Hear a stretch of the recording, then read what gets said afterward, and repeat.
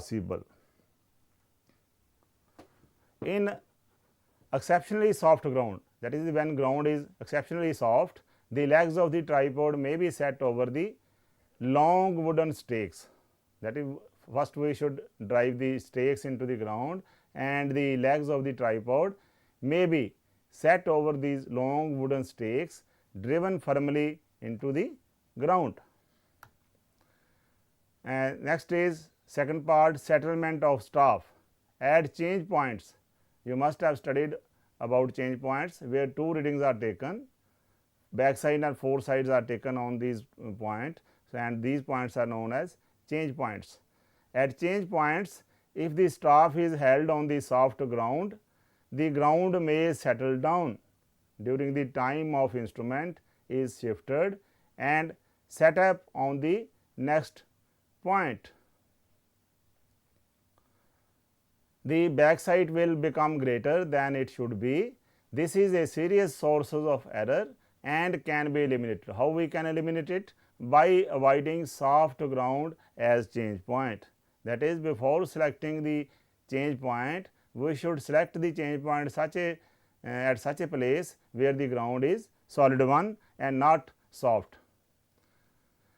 In case the soft ground being unavoidable, that is when we are not able to find the such ground, that is solid ground, and which is unavoidable, the soft ground being unavoidable, a long peg driven into the ground, as already been discussed, into the ground, or a steel foot plate should serve as a change point. That is, either we should drive a peg into the ground, or a steel foot plate should be provided to select as a change point.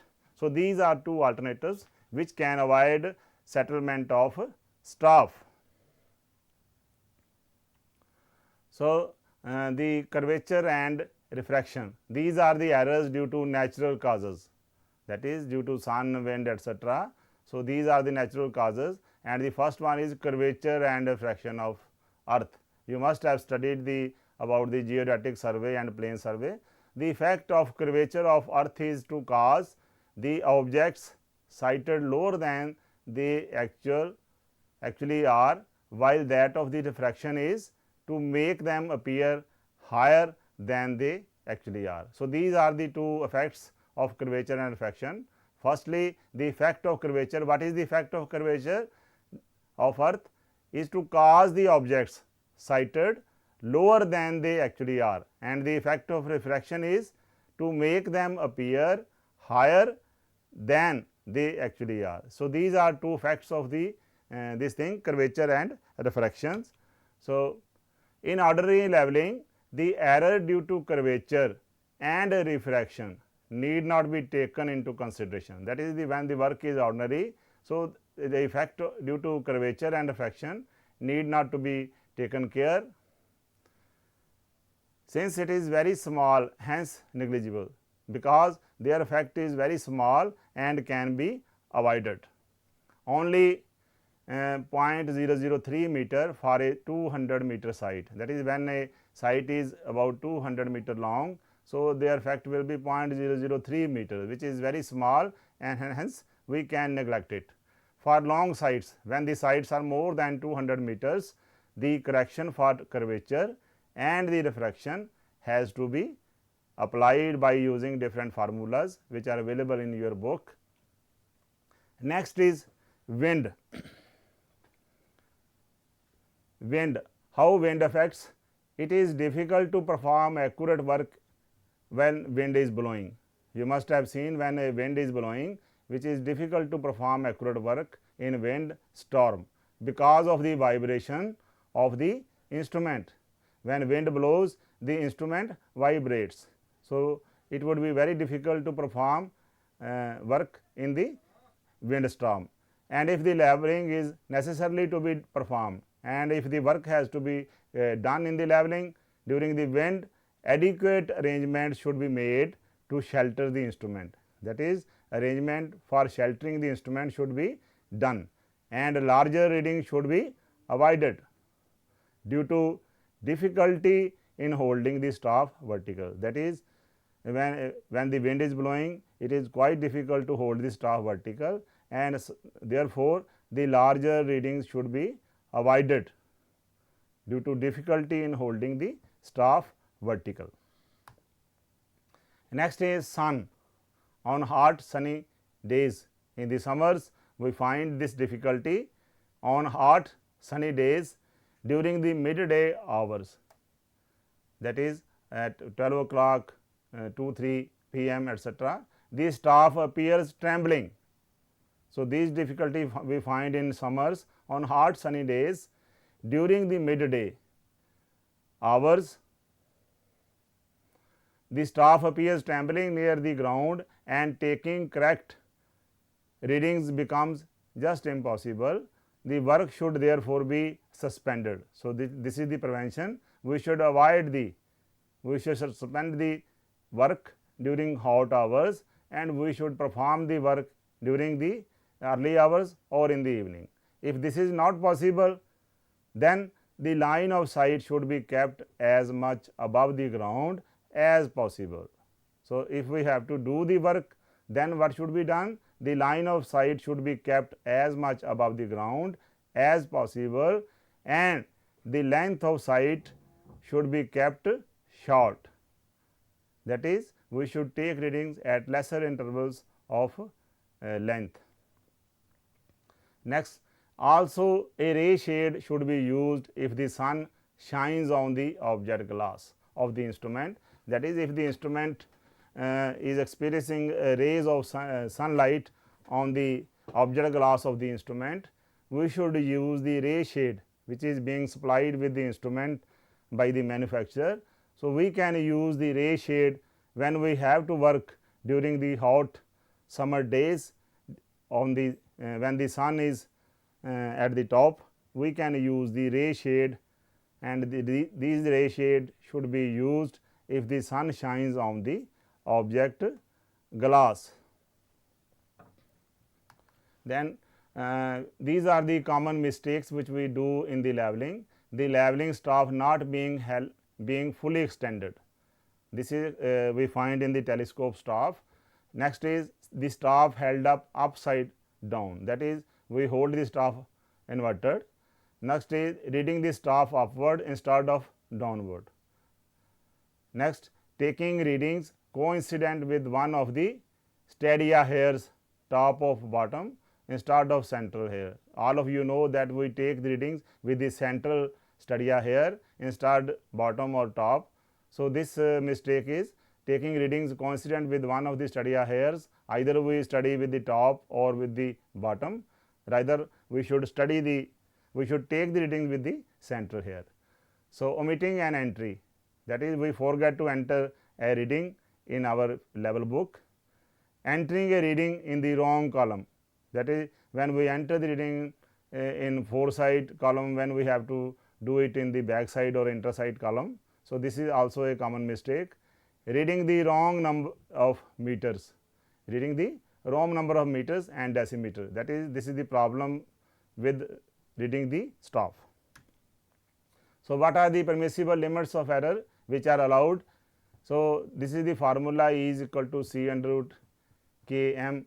So, E is the error in meter, C is the constant, the value of which depends upon the type of the instrument, which type of instrument you are using, nature of the country, in which country you are, atmospheric conditions, and care and judgment of the levelman doing the leveling. Km is the distance is kilometer. So, this is the formula which gives us permissible limits of error in leveling. So, which are the limits? For rough leveling, this is E is equal to plus minus 0.100 under root kilometer, and ordinary leveling E is equal to plus minus 0.025 under root kilometer, and for accurate leveling E is equal to 0.012 under root kilometer. For precise leveling, E is equal to plus minus 0.006 under root km. So, these are the permissible limits of errors which we can commit in the leveling. So, what are various difficulties in leveling? Different types of leveling is there, differential leveling, check leveling, precise leveling, reciprocal leveling, L section, cross section, and leveling of giving levels of works and establishing contours. We will study one by one. First is differential leveling. It is the process of determining the differences in the elevation between two points. When the points are too far apart. Second, if the difference in elevation between two points is great and if there is an obstacle intervening. Next is check leveling. It is conducted for the purpose of checking a series of levels which have previously been fixed. At the end of each day's work, a line of levels starting from the point and returning to the starting point of the day is run with the object of checking the work done on that day. Since the circuit is completed, that is the leveling works and that is starting point, therefore, the work to be correct and the difference between sum of all the backside and that of all the four sides on that day should be 0, and this is called as check leveling. Precise leveling, it is a special method of leveling used for establishing benchmarks with high precision at widely distant points. It is conducted by some government agency such as GTS of Survey of India. It requires the use of highly refined and modern instruments and greater care in the field.